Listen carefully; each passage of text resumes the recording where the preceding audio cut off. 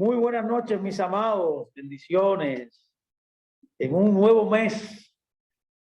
Estamos comenzando un nuevo mes maravilloso del ciclo mensual del calendario hebraico, el calendario del Eterno. Y un día más, hoy lunes, de estudio Torah, señores. Gracias, de verdad. Le habla su hermano Luis Fernando Graciano desde la República Dominicana. Para mí es un placer inmenso, un placer entrañable, más que importante estar con todos ustedes, las luminarias de Dios, el pueblo de Dios, compartiendo el estudio de Torah. Hoy, como cada lunes, ya por más de 10 años, estamos estudiando Torah, mis amados. Estamos más que nunca enamorados de esta vida, amados, de este libro maravilloso llamado la Torah, el libro de la vida. Es un libro que produce vida a todo el que se adhiere a él, a todo el que bebe, el come de ese árbol. Así que hoy vamos a hablar un poco acerca de la Torá, de la herencia hebraica, del pensamiento hebraico, de la historia. Hablaremos hoy de un tema maravilloso. Le hemos colocado el título como la iglesia primitiva y el judaísmo.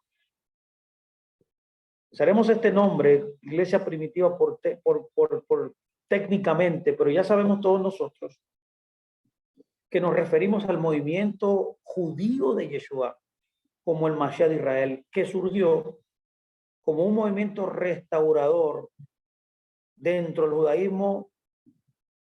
judaísmo del segundo templo. Así que vamos a hablar un poco acerca de esto. Era el cumplimiento literal de las promesas a los patriarcas.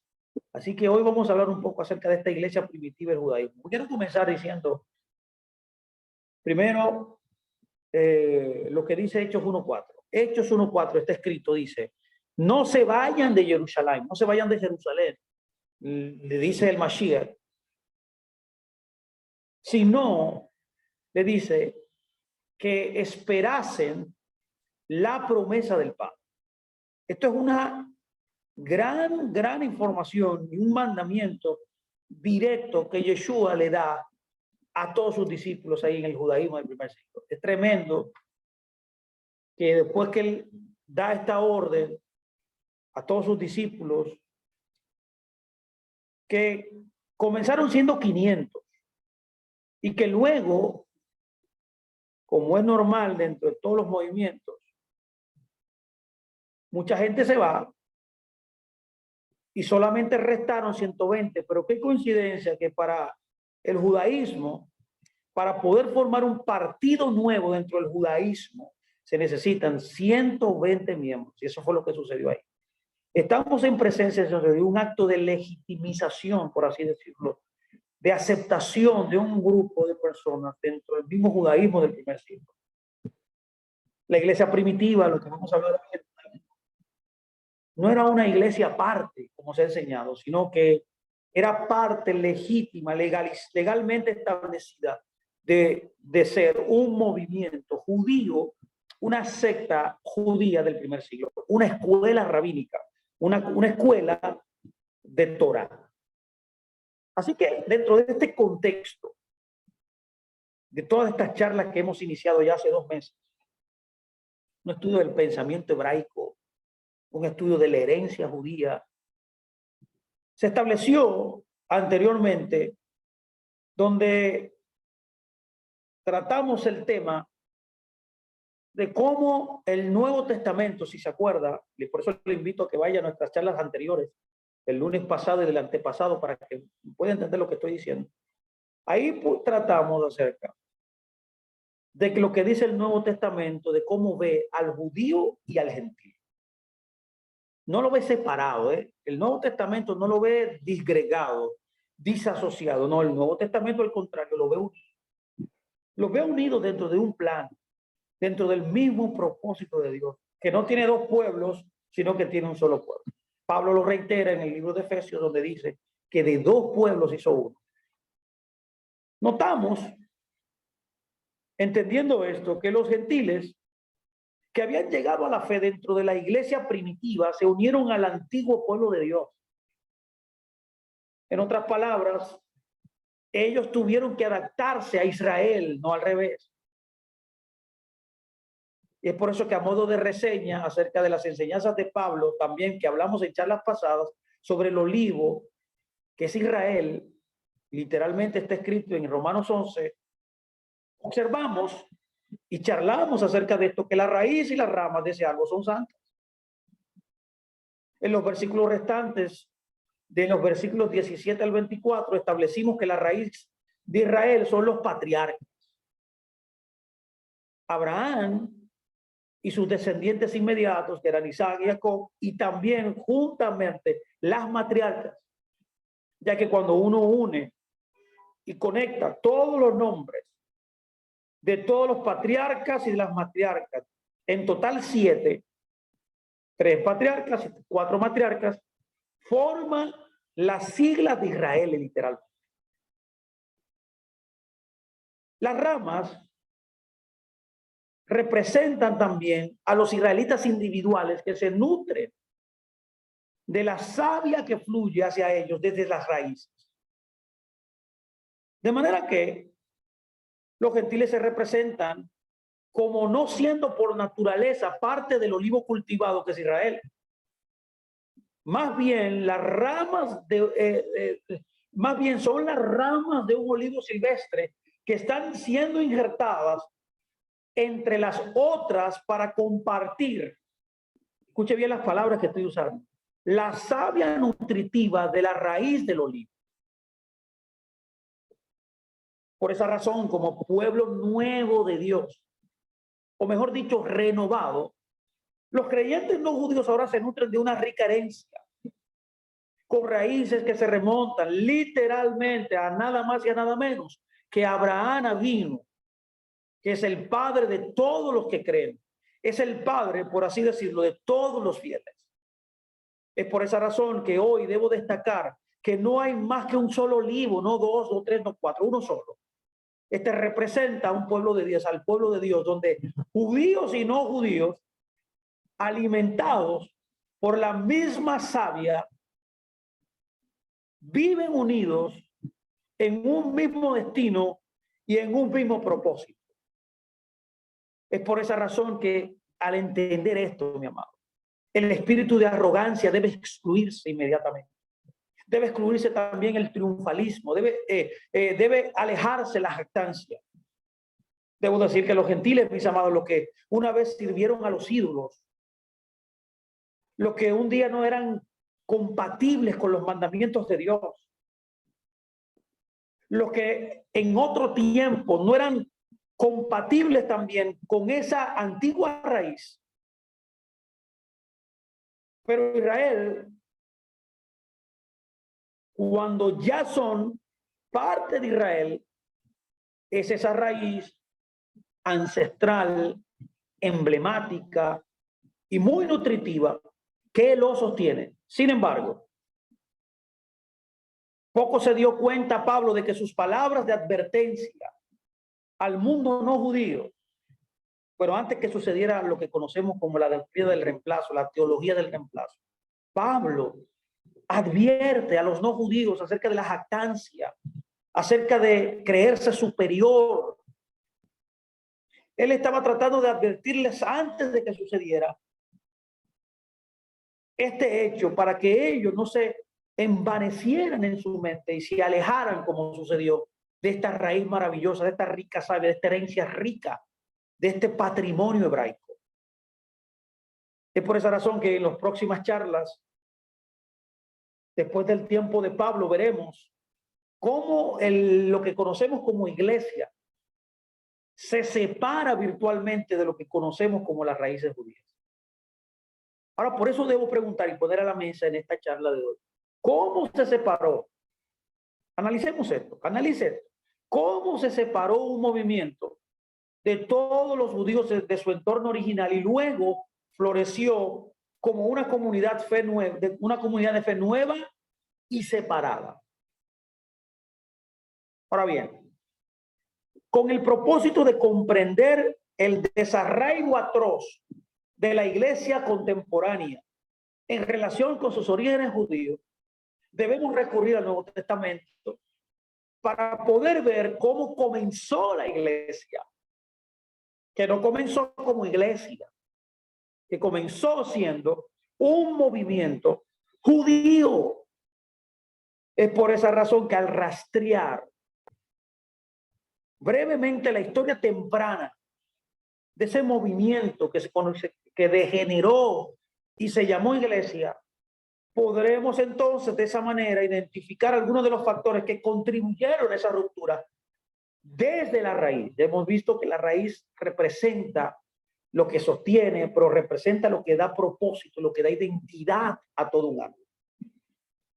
Examinemos a Yeshua y a sus seguidores. Vamos a ver si realmente, como la historia ha demostrado, el movimiento de Yeshua y sus seguidores es lo que la iglesia enseña hoy día.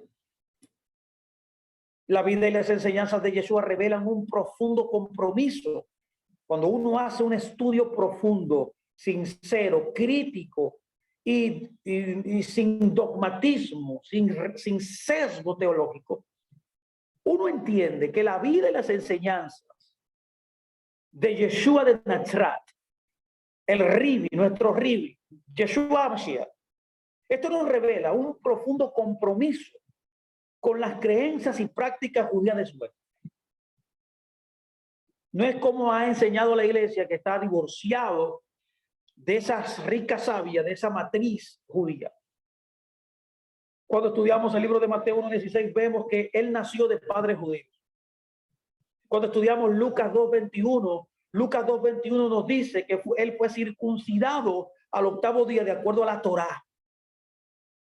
En Lucas 2:41-43 está escrito que de niño celebró Pesach.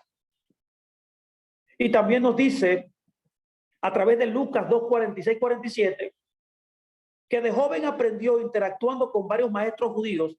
Muchos eruditos piensan que inclusive Hillel estaba ahí,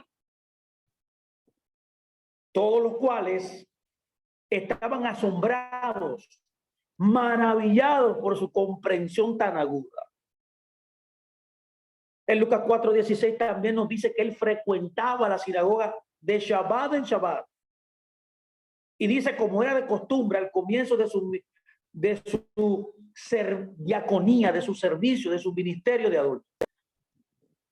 Yeshua estuvo expuesto a una amplia gama de pensamientos judíos. Sin duda, podemos identificar que el judaísmo del primer siglo estuvo lejos de ser monolítico. Hemos hablado acerca de esto, donde había varias escuelas. Ahí estaban los fariseos, los saduceos, los esenios. Ahí encontramos también a los sicarios, a muchos, a los herodianos. En todas las facetas de la vida judía llegó a tener ese espectro de movimientos hasta llegar hasta 24 partidos. Todas estas sectas salpicaban, por así decirlo, el paisaje religioso. Parecería, debo decir, sin embargo, que las enseñanzas de Yeshua, nuestro rabino, muestran una afinidad muy cercana a la de los fariseos. Es por esa razón que muchos eruditos modernos, incluyendo a David Falk, que escribe un libro llamado Jesus the Pharisee, o sea, Jesús el fariseo, que es un clásico, y hay otros más donde nos hablan acerca de esta idea, de esta panorámica que la Torá, que el Nuevo Testamento nos enseña. Yeshua en sus enseñanzas se inclinaba más a ser fariseo. Con esto yo no quiero decir que él era fariseo, Quiero decir que sus enseñanzas están muy conectadas a la ética que enseñaban los fariseos. Y hasta cierto punto, pero no exclusivamente, debo decir, las enseñanzas rabínicas del Talmud reflejan las enseñanzas fariseas. Es por esa razón que yo siempre abogo a que nosotros podamos estudiar el Talmud para poder entender la mente del judaísmo del primer siglo. Se ha estimado que uno puede encontrar en el Talmud paralelos en la literatura rabínica de tal forma que llega incluso a compararse con un 90% de las enseñanzas que Yeshua enseñó, señores. Y esto es poderoso, Esto nos abre un espectro de confianza de poder nosotros estudiar esos libros que son verídicos. No solamente de un tiempo maravilloso, sino también de una matriz y de una información y de una revelación muy poderosa, relevante para nuestra vida en el siglo XXI. Y aunque esta estimación es cada vez más reveladora, cada vez que se estudia más el Talmud, cada vez que se profundiza por eruditos tanto judíos como cristianos de este tema, más paralelos encuentra y una información, encuentran una información más reveladora que inclina la balanza a un entorno profundamente judío de las palabras de Yeshua. Además de todo esto, mis amados, los primeros seguidores de Yeshua, todos eran judíos. Menos de 3 años escasos después de que Yeshua lanzó su ministerio público, un núcleo entre ellos fundaría lo que se conoce como la asamblea, la iglesia, la asamblea primitiva. Yeshua discipuló a sus seguidores a la manera de un típico maestro judío, un maestro judío itinerante como lo era él del primer siglo. No en las aulas de la sinagoga, sino en las laderas, en los campos, en los lugares remotos. Él tenía una técnica que ha sido detectada ya por eruditos ya. Él era un rabino itinerante que iba de pueblo en pueblo, así. En este caso sabemos que él estaba ofertando el reino porque él era el Mesías de Israel, pero cuando él iba caminando en esa oferta del reino, él siempre se encontraba con un caso. Y ahí entonces, cuando él veía un caso y actuaba en ese caso y ayudaba a la gente en ese caso, ahí hacía milagros, ahí multiplicaba panes y los peces, ahí hacía todo lo que nosotros sabemos que él hacía. Él utilizaba lo que sucedía en el momento para traer una enseñanza a sus discípulos a través de 2 parábolas. Y así era que Jesús enseñaba a sus discípulos.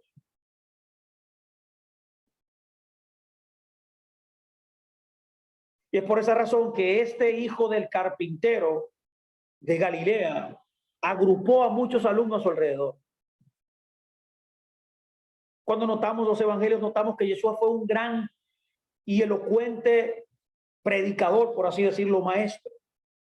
Y extrajo gran parte de su rico material didáctico, nada más y nada menos que de las escrituras hebreas. O sea, alguien que quiera tener claro cuáles son los principios fundacionales que revela la escritura, tiene que estar basado en el Antiguo Testamento. Pero no solamente en el Antiguo Testamento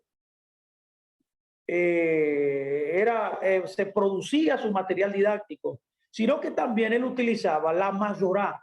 ¿Qué es la Masorá? Las tradiciones rabínicas familiares de su época. Pero también enseñó directamente. Enseñó bajo su propia autoridad. ¿Bajo la autoridad de quién? Bajo la autoridad del Mesías que él era. Lo que a veces resultó en la incapacidad de sus discípulos de muchas veces de entender lo que él decía.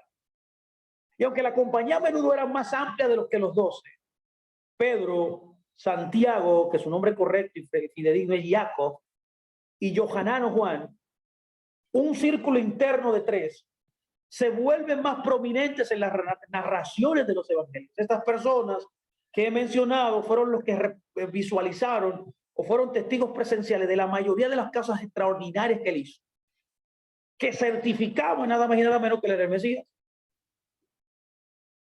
De manera que, mis amados,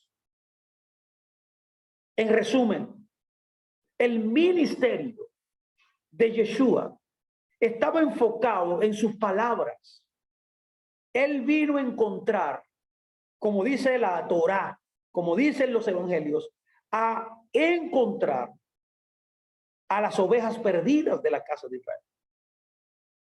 Este era el foco de su ministerio.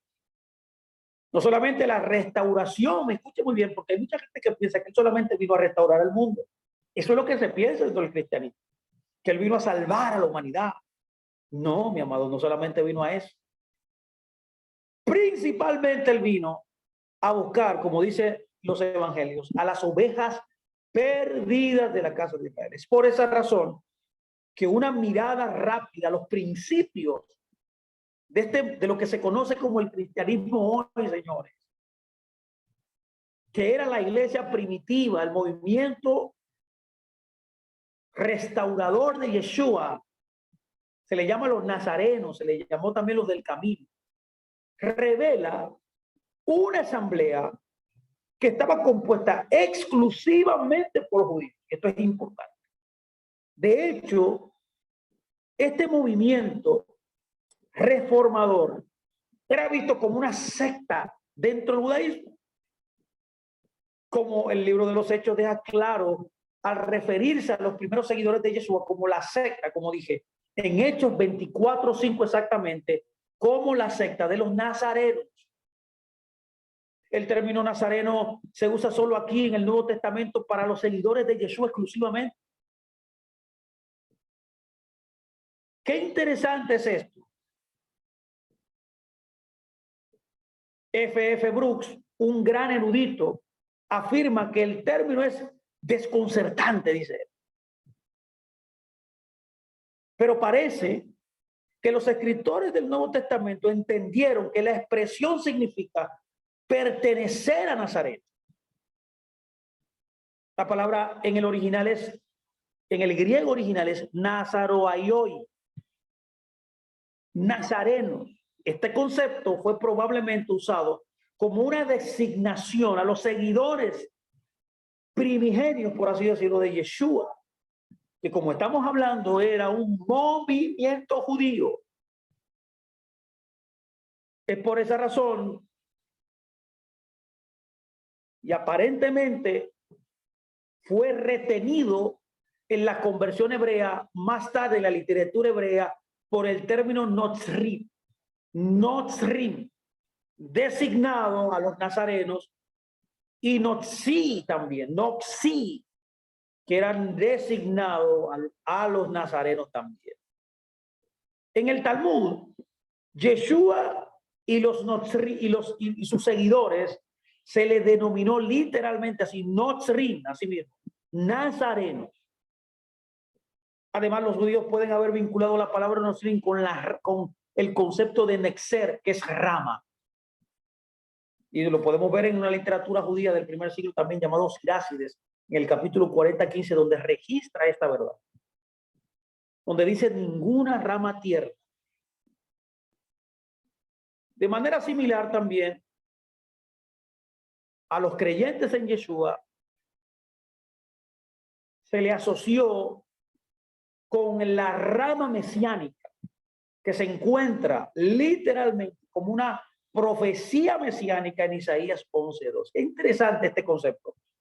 No es nuestro foco hoy, pero es interesante poder saber que el movimiento de Yeshua y sus seguidores en un principio era una asamblea judía, señores. No era una asamblea gentil. Esta parecería funcionar fácilmente dentro del judaísmo, en que fueron descritos como disfrutando, como dice Hechos 2:47, disfrutando del favor de todas las personas dentro de Israel. Mi pregunta es, ¿cómo puede ser posible que algo que haya favor dentro del judaísmo sea algo diferente al judaísmo? No. En su principio era un movimiento judío. Esta asamblea hermosa nació en Jerusalén, la morada del rey David, una ciudad con una historia de profetas, sacerdotes, reyes. Esa Jerusalén hermosa, con su santuario, que había sido el foco de la vida judía durante más de un milenio.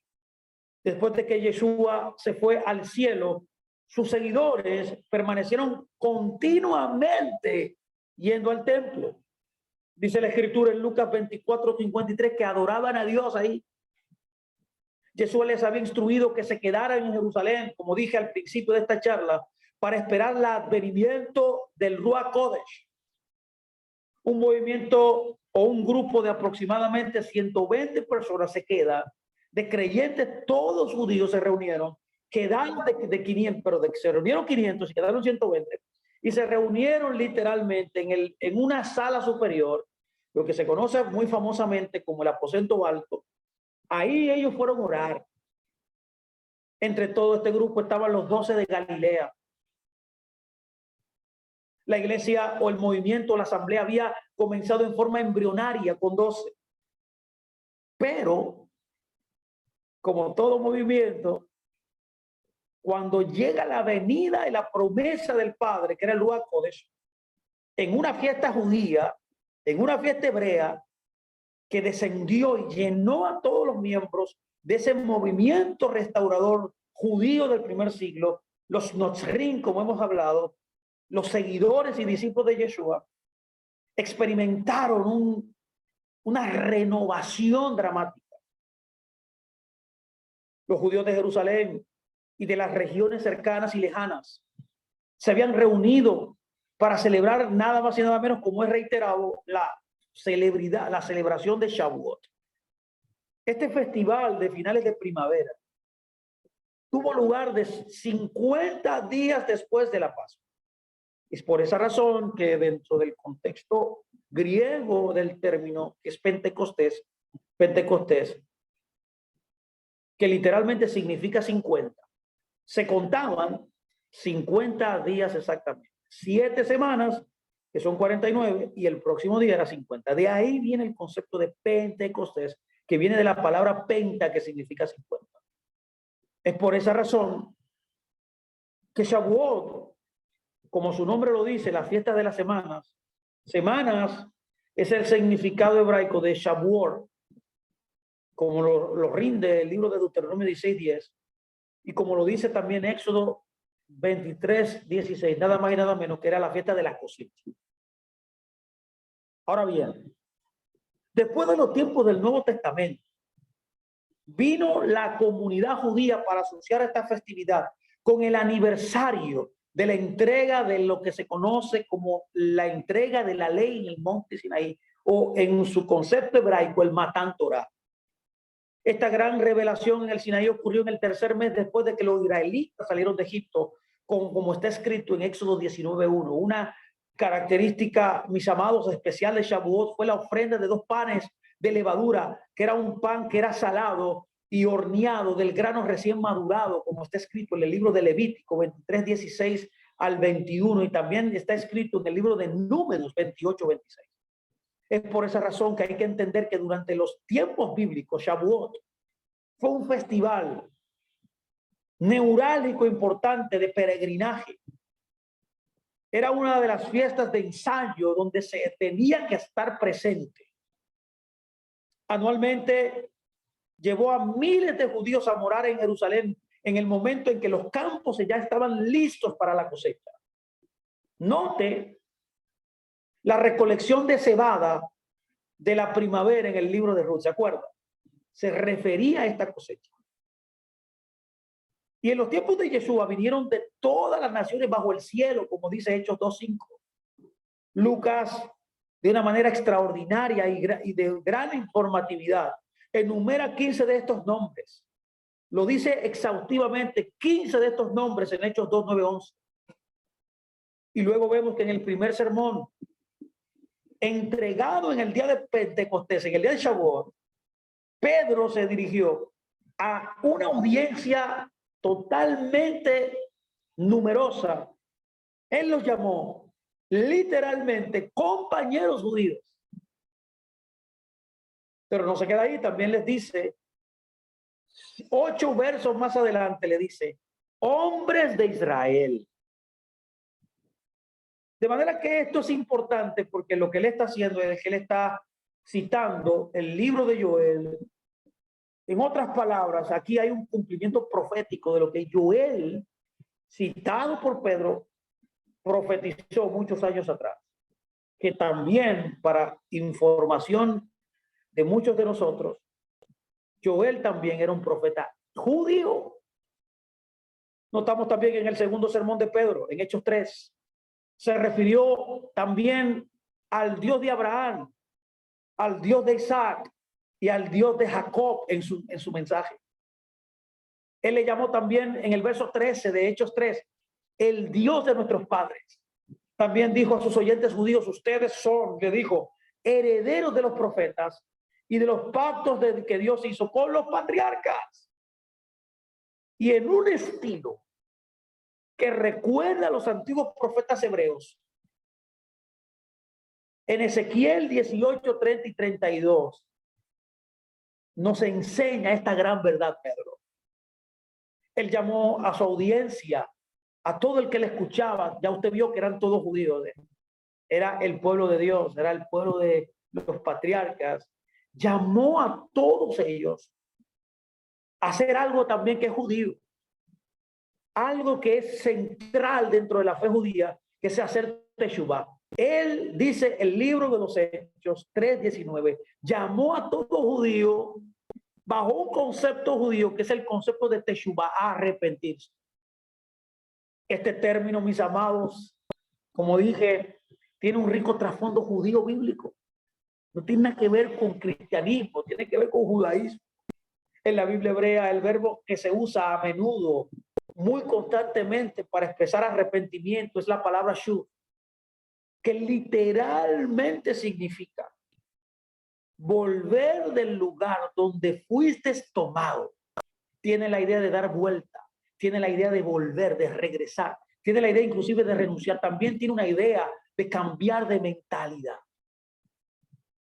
En otras palabras, ¿qué está sugiriendo? Volver a la fuente, volver a tu creador, volver a tu diseño, volver a tu propósito. Sugiere literalmente un cambio estructural, un cambio espiritual. Una persona que se aleja de su pecado, una persona que vuelve al Dios vivo de Israel, es una persona que está retornando o que está haciendo teshuvá genuina. De manera que, mis amados, Maimónides nos enseña en el siglo XII, uno de los más grandes teólogos y filósofos judíos, que inclusive era médico, ofrece una visión más profunda de este concepto bíblico. Él nos explica que el sustantivo hebreo para arrepentimiento, que es teshuvá, de donde viene, del concepto shuv, es una raíz, implica varios pasos específicos. Maimónides tiene un tratado extraordinario, Hilchot Teshuvah, donde primero él nos enseña que lo primero para hacer teshuvá es la confesión o el reconocimiento de la culpa. Lo segundo, dentro de este proceso genuino y claro de la teshuvá, es que uno debe lamentarse. En otras palabras, debe expresar vergüenza y tristeza por cometer el mal, por transgredir los mandamientos. Un tercer paso también implica una resolución firme para no cometer el pecado nuevamente. Me viene a la mente inmediatamente lo que dice una porción de la Torá que nos enseña que el que confiesa y se aparta de su pecado, dice, hallará misericordia. Y por último, Maimónides aconseja y nos enseña acerca de este concepto maravilloso de Teshuvá. El último paso, el paso final. Y el paso final es la reconciliación con Dios, mediante el cual uno ha superado la alienación, la separación y ha sido restaurado donde siempre tuvimos desde el principio a la comunión con Dios. Estos son los 4 pasos. Lo voy a repetir. Número 1, confesión o reconocimiento de culpa. Número 2, resolución firme para no cometer nuevamente el pecado. Número 2, lamentación. Expresar vergüenza y tristeza por el pecado que cometimos. Número 3, resolución firme para no volver a cometer el pecado. Y número 4, reconciliación con Dios. Volver a nuestro llamado primigenio, volver a nuestro propósito dado por Dios, a lo que Él nos designó desde que nos creó. Qué tremendo es esto. Es por esa razón que en este contexto está claro, mis amados, que el judaísmo nunca ha entendido la conversión como el abandono de las personas ancestrales y de la fe judía ancestral, del patrimonio y herencia judía. No, más bien era entendido como que ya este judío, este creyente, este hijo de Hashem, debía renovarse y restaurar el perdón y el amor de Dios dentro de esa misma comunidad. Las actividades y los discursos de los apóstoles, tal como están registradas en el libro de los Hechos, que es un libro vital para entender la judeidad de este movimiento, dan abundante evidencia del judaísmo de la iglesia primitiva más antigua. Note que el apóstol Pablo, el apóstol Kefa, Simón, oró en el templo de Jerusalén en Hechos 3:1. Hizo una defensa ante el Sanedrine, la corte judía, en Hechos 4:5-12. ¿Cómo puede ser que un gentil esté frente a un Sanedrín, al Sanedrín? Eso es imposible. ¿Por qué es imposible? Porque no se puede, porque solamente un judío podía ser legislado por así decirlo, la Corte Suprema de Justicia de Israel, que era el Sanedrín. También nos dice Hechos que él protestó cuando se le pidió que matara y comiera alimentos no kosher. Y ahí nos da clara idea que él nunca comió alimentos impuros. Además, los apóstoles judíos se enseñaban diariamente en el templo, como era de costumbre, y tenían contacto, dice Hechos 7:1, con el sumo sacerdote. También nos dice que interactuaban con los maestros de la ley hebrea, como Gamaliel en Hechos 5:34. El apóstol Pablo también nos dice, específicamente Hechos 13, que era el momento en el cual él comenzó, por así decirlo, a hacer la labor misionera que él hizo en el mundo gentil. Ahí él, en Hechos 13, nos da su pedigrí. Y esto es simplemente, mira, extraordinariamente y simplemente poderoso lo que él dice. Muy revelador. Ahí él dice, yo soy judío. Oye, no dice yo era, dice yo soy. Dice que él nació en Tarso de Cilicia, lo que hoy es Turquía, ya que ahí en Turquía, en Tarso de Cilicia, había una gran comunidad judía. Pero él enfatiza y luego dice que él fue criado en Jerusalén. Pero no criado solo en Jerusalén, ¿eh? No. Él dice que fue criado, usando un término hebraico también, a los pies de Gamaliel. Gamaliel fue, por así decirlo, también entrenado a fondo en la Torá de los padres. Y dice la historia que era tan celoso de la Torá, tan celoso para Dios, que cualquier persona de la historia de nuestro pueblo Israel, Pablo también, aquí en Hechos, registra, dando su pedigrí. Escuche bien, Pablo nos da su pedigrí, aquí esto es tremendo, porque nos clarifica su judeidad. Él dice también que él fue circuncidado el 8º día. Él dice que era del pueblo de Israel. Él dice ahí también que era de la tribu de Benjamín. Y ahí dice que también era hebreos de hebreos. Y luego dice, en relación con la Torá, fariseo. Usted ve que no dice que él era fariseo, él dice soy. Pero ¿por qué él dice así, Fernando? Bueno, porque él nunca, mi amado, mi amada, dejó de ser fariseo. Él toda su vida fue fariseo.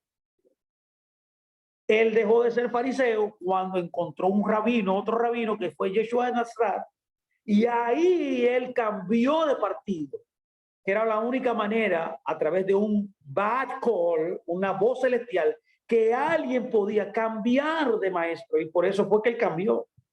Pero él está diciendo, yo conforme a la ley, o sea, está diciendo, de lo más prestigioso dentro del judaísmo, yo soy parte de ese movimiento.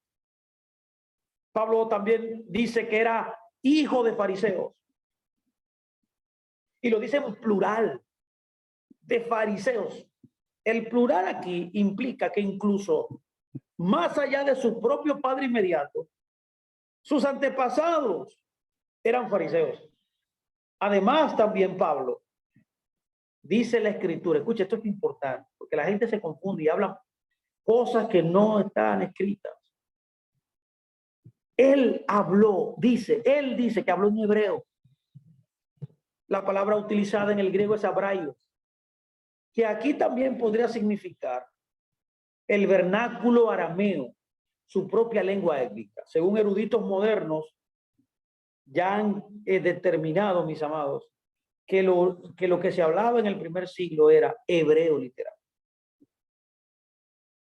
Es también importante notar que en el momento también de Pedro, Santiago, Juan, Pablo, una pregunta importante se enfrentó a la iglesia primitiva. La pregunta no era si los judíos podían pertenecer a esta nueva comunidad nacida del Espíritu, mis amados. No, era al revés. El problema era si los gentiles podían, que al arrepentirse de sus pecados, podían de esa forma pertenecer a una comunidad totalmente judía. La evidencia clarificadora, debo llamarla, del Nuevo Testamento, mis amados, es irrefutable. Es irrefutable. ¿Acerca de qué, Fernando? Acerca de los comienzos y principios que estamos describiendo del movimiento de Yeshua, lo que conocemos como la iglesia primitiva. En su origen, el cristianismo de hoy, que está separado del judaísmo, que está separado de la esencia judía, del movimiento de Yeshua en el primer siglo, como estamos describiendo, era judío en su esencia, o es judío en su esencia. El carácter esencialmente no judío de la iglesia hoy día, debo decirlo aquí emblemáticamente, es una cuestión de historia. Es un proceso histórico degenerativo. No es una cuestión de orígenes. No es una cuestión de principios. Y aunque los comienzos de la asamblea, la iglesia de Jerusalén era completamente judío, como estamos estableciendo y como vemos aquí claramente, esta comunidad de los primeros creyentes estaba lejos de ser monolítica. En la primera parte del libro de los Hechos aparecen dos grupos diversos de este movimiento, de estos movimientos judíos que había en el primer siglo. Un grupo de estos eran los hebraístas, o lo que se conocía como los hebreos. Estos eran judíos de habla hebrea o de habla aramea, que es una lengua, son lenguas de la misma familia. La mayoría de estos, de los cuales, de todos estos, este grupo conocido como los hebraístas, eran todos nativos de Palestina. Los hebraístas, este grupo, mantuvieron un firme compromiso con su fe judía y las costumbres ancestrales, con un ojo preocupado y centrado en las influencias culturales no judías que los rodeaban. Estos hebraístas mantuvieron estrechos vínculos con el templo de Jerusalén. Por otro lado, y como contraparte, también existía un grupo llamado los helenistas, que era otra categoría dentro de este movimiento. Estos judíos griegos eran, con diversos grados de rigor, para que me entienda, judíos en cuestiones de fe, pero adoptaron el idioma y las costumbres griegas. La mayoría de estos judíos helenísticos tenían raíces o afinidades con el mundo grecorromano de la diáspora. En general, eran más libres pensadores y abiertos al cambio que los hebraístas. Los hebraístas eran como, por así decirlo, los tradicionalistas, los que se apegaban más a las costumbres y a la Torá, y a la cultura judía, pero los helenistas estaban más conectados, eran más liberales, por así decirlo, para usar un término moderno. En vestimenta, por ejemplo, y en pensamiento, los helenistas dieron evidencia de su contacto diario con el mundo gentil que los rodeaba. Tenían que equilibrar la lealtad tradicional con los nuevos desafíos de la vida en la diáspora. Es una lucha muy fuerte. Pero también debo decir, era una mezcla. Pero Jerusalén, debo reiterar, proporcionó a los helenistas una, por así decirlo, un centro venerable, un centro peculiarmente propio. Cuando estudiamos el libro de los Hechos, notamos que Esteban fue uno de los líderes del grupo de los helenistas dentro del movimiento de Jesús, la iglesia de Jerusalén, Señor. Él y otros 6 helenistas, los 7 tienen nombres griegos, fueron elegidos para supervisar un problema que había surgido entre los judíos helenistas y los hebraístas.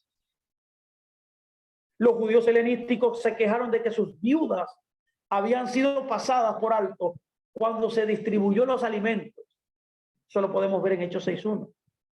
El problema fue resuelto por los 7 y toda la asamblea estuvo satisfecha. Este espíritu amable, esta actitud cooperativa mostrada por los hebraístas a los helenistas, fue un voto emitido a favor de mantener una unidad pluralista dentro de la iglesia de Jerusalén.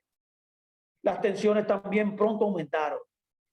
Sin embargo, cuando Esteban se involucró en una discusión sobre el mesianismo de Yeshua en una de las sinagogas de Jerusalén, Esteban finalmente fue llevado ante el Sanedrín y fue acusado de hablar contra el templo y la religión mosaica. El discurso de Esteban al Sanedrín, que está rendido en Hechos 7, es un ejemplo conmovedor de un discípulo judío que entrega una apologética helenística contra los judíos que se oponen al evangelio. La idea del discurso fue amenazadora, mis amados. Fue amenazadora para los líderes religiosos del momento, quienes veneraron el templo como la expresión fundamental y última de la verdadera religión, ya que Esteban, cuando dio su discurso, enfatizó que Dios no mora en una estructura física. Pero eso no debería ser extraño, porque Jeremías 7:4 lo dice. Lo dice también en 2 de Samuel. Además, mis amados, Esteban acusó a sus hermanos judíos de rechazar al justo, a Yeshua, cuya venida los profetas habían predicho. En resumen, este mensajero provocativo anunció que ya había llegado un nuevo orden con el Mashiach.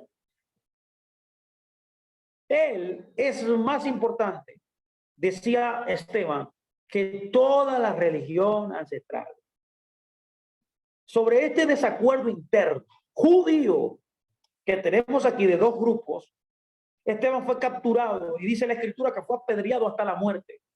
Su martirio provocó una gran persecución, mis amados, contra la iglesia de Jerusalén. Los apóstoles permanecieron en Jerusalén, pero el resto de los creyentes judíos estaban dispersos o fueron dispersos por Judea y Samaria. La persecución y la consiguiente dispersión se dirigieron principalmente hacia los helenistas de ese movimiento restaurador que encabezó Yeshua, el grupo dentro del cual Esteban había sido prominente.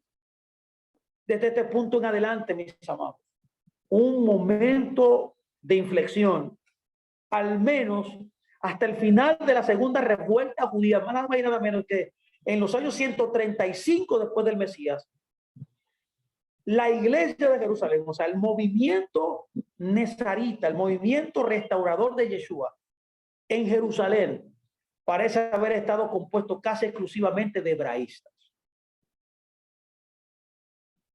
En su providencia, Dios usó la lapidación de Esteban para impulsar al testimonio de este movimiento de la iglesia primitiva para que alcanzaran a los gentiles de las naciones. Póngame mucha atención. En otras palabras, esto impulsó a que este movimiento fuera más allá de los confines de donde se encontraban, de la asamblea o la congregación madre. Antes de su ascensión, Yeshua había instruido a sus discípulos que debían comenzar a testificarle en Jerusalén primero y luego pasar a toda Judea y toda Samaria y hasta los confines de la tierra. El libro de los Hechos que estamos estudiando, particularmente el capítulo 8 en adelante, narra estos eventos. El primer judío que tomó el evangelio fuera de Jerusalén fue Felipe. Él fue uno de los líderes prominentes dentro de los helenistas, dentro del movimiento de la iglesia de Jerusalén. Sin duda, estaba preparado para moverse con mayor facilidad en entornos culturales más amplios. Sus viajes lo llevaron hacia el norte, a Samaria, lo llevaron luego a Gaza y luego a lo largo de la carretera costeña de Osotus, que es lo que se conoce como Asdón, y también Cesarea. Cuando la iglesia de Jerusalén, mis amados, escuchen, se enteró de cómo los samaritanos habían aceptado el mensaje de Felipe, inmediatamente hicieron algo importante. Mandaron a Pedro y a Juan, a 2 hebraístas, a ministrar allí este acercamiento de vanguardia realizado por Felipe. Aperturó el camino para que Pedro y Juan pudieran predicar el evangelio a muchas aldeas samaritanas. Por tanto, la iglesia de Jerusalén estaba comenzando a confirmar el ministerio de los helenistas. Los hebraístas y los helenistas aún tendrían que resolver otros problemas y tensiones que se presentaban dentro del movimiento. Pero estaba claro que Dios estaba trabajando soberanamente a través de ambos grupos para llevar a cabo su plan de, como nos dice el Salmo 96:3, de declarar su gloria a las naciones. Sin embargo, en el curso del devenir de los eventos diarios, cada grupo estaba siendo fiel a su propia visión.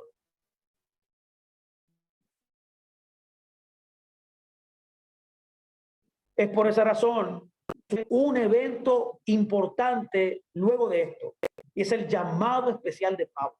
Y esto es lo que nosotros hemos llamado el siguiente evento registrado en el desarrollo, como nos dice el libro de los Hechos, del propósito de Dios para alcanzar el mundo gentil, y que fue literalmente la redirección radical de Shaul, de lo que conocemos como el apóstol Pablo, en el camino de Damasek o el camino de Damasco, registrado en el libro de los Hechos 9. Y aunque los académicos típicamente describen esta experiencia de cambio de vida como una conversión, sería más concretamente o correctamente etiquetada como un tabú. En ese sentido, un gran erudito llamado Christer Stendhal, que ha observado astutamente lo siguiente. Stendhal ha observado y dice, oye, estamos hablando de un erudito, mis amados, cristiano. Él dice, este no es el cambio de religión. Óyeme, un cristiano, este no fue un cambio de religión que comúnmente asociamos con la palabra conversión al servicio del único Dios que existe. Pablo recibió un llamamiento nuevo y especial en el servicio de Dios. El Mesías de Dios le pide, como judío, que lleve el mensaje de Dios a los gentiles. Eso dice este gran pensador, Stendhal. Impresionante. Y como nosotros hemos enfatizado, en ningún momento de la vida de Pablo él abandonó el judaísmo, nunca. Más bien, él entendió su relación neurálgica con el Mesías como el pleno florecimiento de su fe judía. Pablo, un judío de la diáspora de Tarso, estaba equipado de manera única, mis amados, para esta misión hacia las naciones de la tierra. Conocía el rico legado, por así decirlo, de su pueblo a través de su entrenamiento farisaico con el famoso maestro judío Gamaliel. Pero también al ser ciudadano romano de un puerto marítimo del Mediterráneo, también estaba completamente familiarizado con las costumbres prevalecientes del mundo greco-romano. Este hombre estaba, mire, diseñado para poder impactar no solamente el mundo hebraico, sino también el mundo gentil. Además, muchas de las cartas de Pablo revelan un conocimiento íntimo, mis amados, de la Septuaginta. Esta traducción griega de las escrituras hebreas se originó alrededor del año 200 antes del Mesías y escrita en lengua franca de los días de Pablo. Fue un enorme activo, mis amados, por así decirlo, para hacer comprensible este mensaje que Pablo había sido empoderado en todo el mundo no judío. Antes de su llamado, Pablo trató de desarraigar, incluso hasta Damasco, a los creyentes que no había expulsado de la iglesia de Jerusalén. Pero su comisión celestial lo convirtió en un apóstol ardiente para las naciones. La voz, como yo le llamo, la voz más influyente de la iglesia primitiva. Yo le llamaría ahora, usando un término moderno, el vocero, el principal vocero de esta comunidad. Después del llamado de Pablo, Pedro nos dice la escritura en Hechos que llevó el evangelio a Cornelio, un centurión del ejército romano que vivía en la principal ciudad portuaria que era Cesarea. A través de la predicación de Pedro y la acción del Espíritu Santo, Cornelio llegó a la fe, mis amados. El texto nos dice que Cornelio era un temeroso de Dios. Y esto hay que estudiarlo. Esto tiene un significado también hebraico. Un temeroso de Dios. Era un gentil que seguía ciertas prácticas religiosas judías, pero no llegaba a la circuncisión requerida de todos los prosélitos. ¿Me entendió? Este punto de la historia temprana de la iglesia, de una manera notable pero lógica, Dios se propuso cumplir la palabra de Dios en varias ciudades a través de los temerosos de Dios, entre ellos Cornelio, que llevaron consigo una atracción y amor por el culto en la sinagoga y el modo de vida judío. Y debido a que eran sensibles y abiertos a las enseñanzas judías, los temerosos de Dios sirvieron como un puente natural entre las culturas hebraica y helenística. De este modo, se convirtieron en el núcleo fundamental de muchas de las congregaciones que Pablo visitó en sus viajes.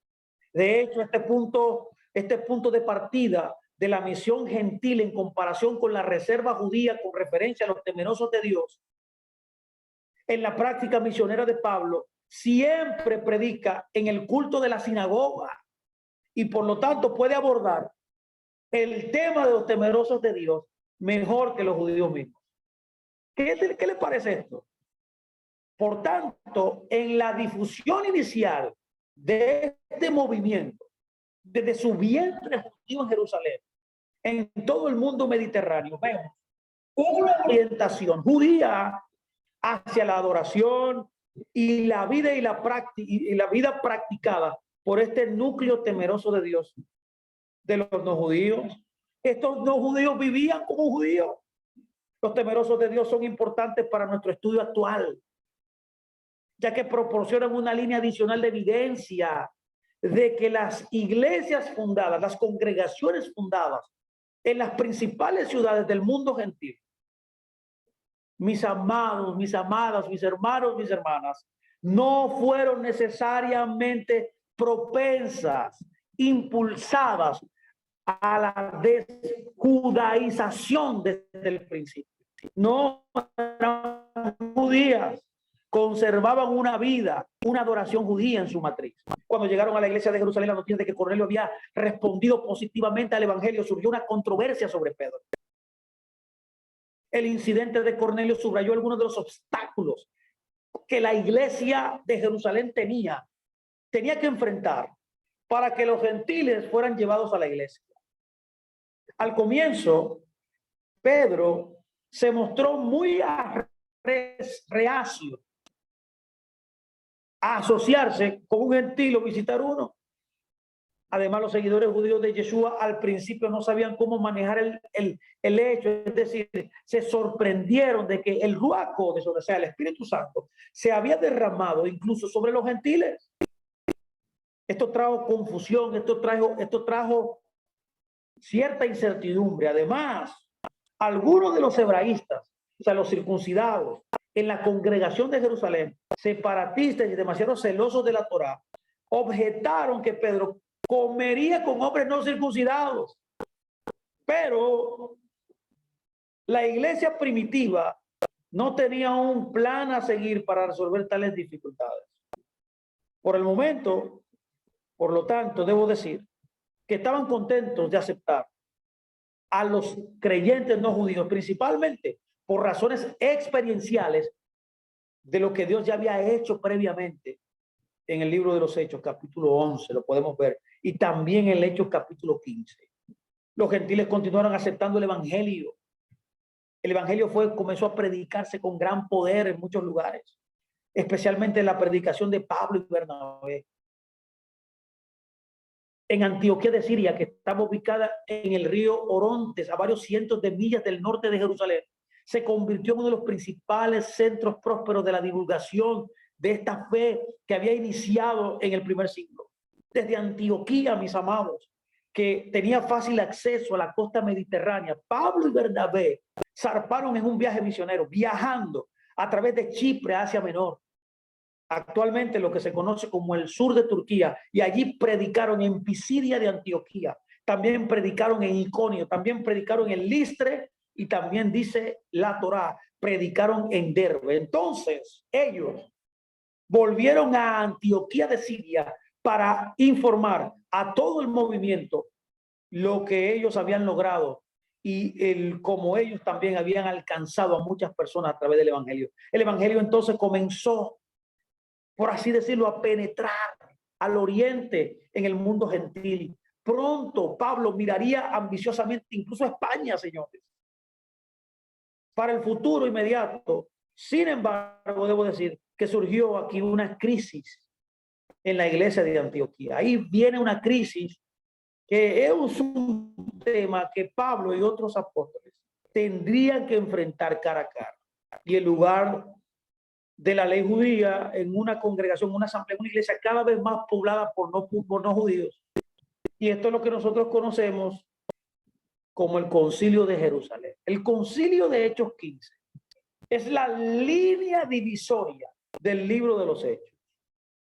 El consejo fue convocado porque ciertos hombres habían venido de Judea a Antioquía e insistieron en que la circuncisión y la adhesión a la Torá de Moisés era esencial para la salvación.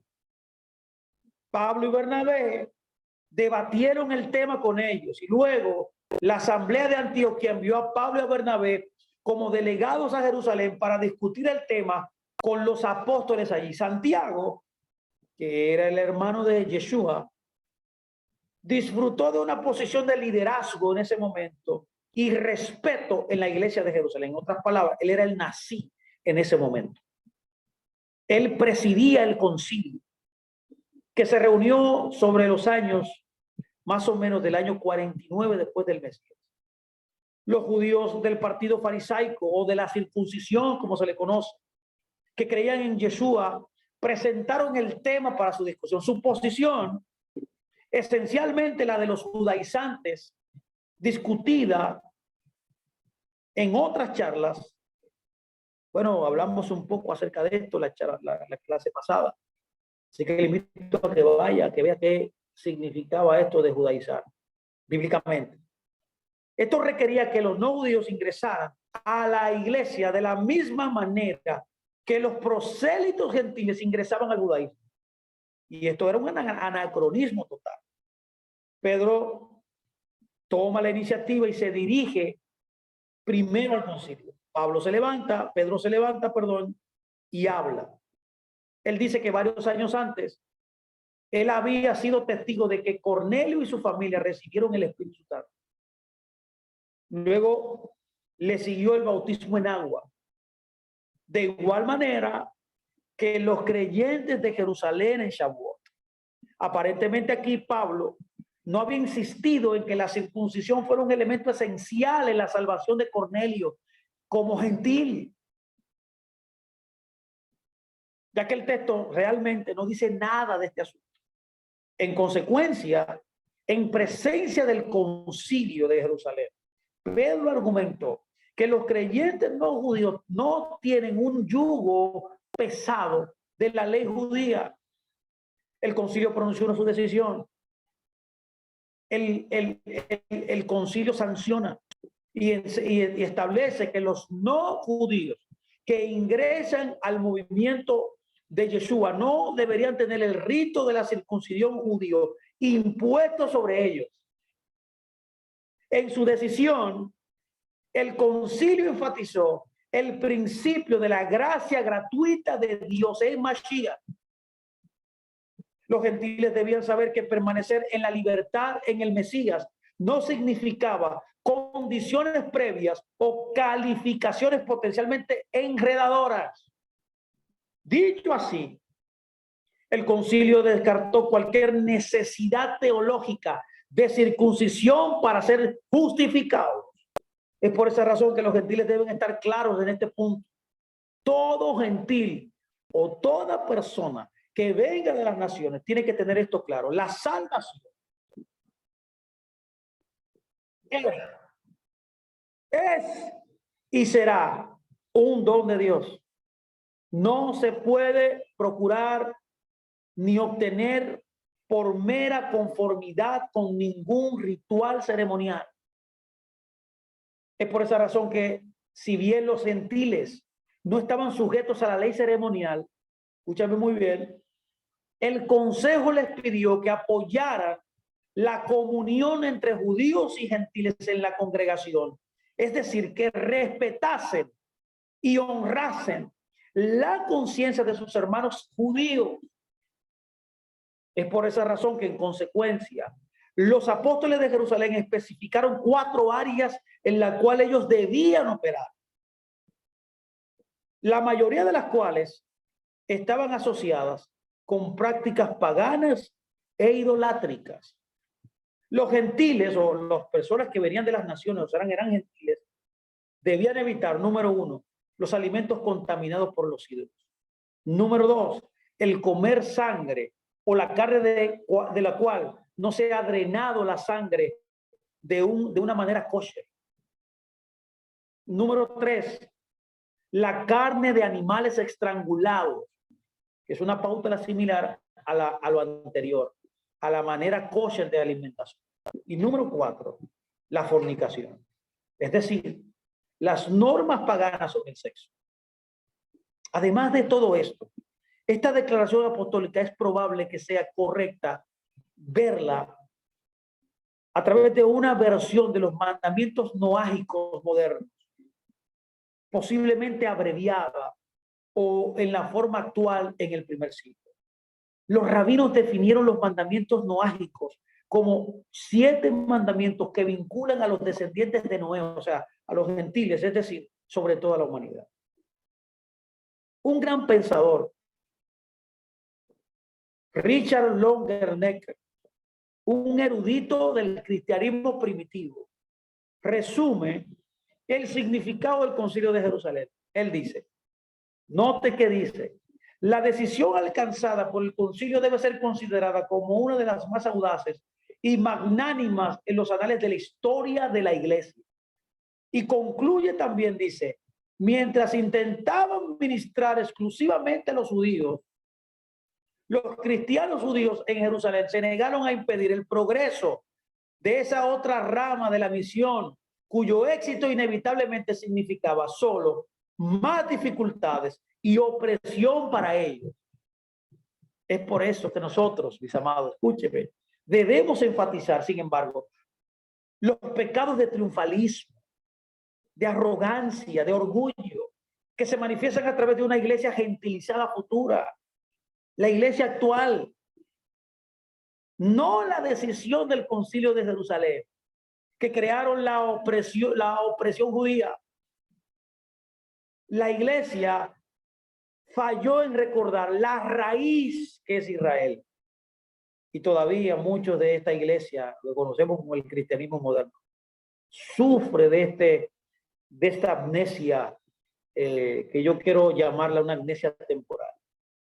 Yo deseo que sea temporal, que pronto podamos ver la restauración completa de esa iglesia. El concilio, que estamos tratando de averiguar sus fundamentos, comunicó su decisión por carta a los creyentes gentiles en Antioquía, en Siria y en Cilicia. O sea, lo que acordaron ahí lo mandaron en cartas y eso fue normativo en estos lugares. Esto fue hegemónico en estos lugares. Es por esa razón que, ya a modo de conclusión de esta charla de hoy, quiero decir que esto se refirió claramente, mis amados, a la pregunta provocada por quienes buscaban judaizar. Dicho de manera simple, para que me pueda entender, esa pregunta era: ¿debe un gentil observar todas las leyes de los judíos para ser un creyente perteneciente al movimiento de Yeshua? El concilio, qué bueno que el concilio dio una respuesta definitiva, mi amado, y aquí la vamos a dar. El concilio dijo que no. El concilio falló y dijo no. Así que, mis amados, yo espero que este tiempo, esta conexión importante de la iglesia primitiva y la sinagoga y la iglesia primitiva y el judaísmo haya servido para entender lo que la Torá nos está diciendo. La Torá nos está diciendo, en otras palabras, que el movimiento de Yeshua en el judaísmo del segundo templo era un movimiento que era parte del espectro cultural judío de este primer siglo polivalente, polifuncional, que era representado y que fue diagramado, por así decirlo, en el primer siglo, fue esbozado en el primer siglo. Estamos hablando que este mover, llamados los nazarenos, como hemos enseñado en el día de hoy, era un movimiento totalmente judío. Así que, mis amados, yo espero que este tiempo le haya bendecido y que haya traído informaciones bien precisas para un mayor entendimiento y comprensión de la Torá que estamos nosotros tratando de aprender y estudiar. Así que me despido. Le invito el próximo lunes a que continúe con nosotros esta secuencia maravillosa, estas charlas acerca de el patrimonio judío de la iglesia, el pensamiento del judaísmo del primer siglo, y estamos aprendiendo cosas maravillosas. Así que solo me resta decir que nos veremos el próximo lunes y que en todo este transcurso de semana tenga una gran y maravillosa semana. Shalom, shalom a todos.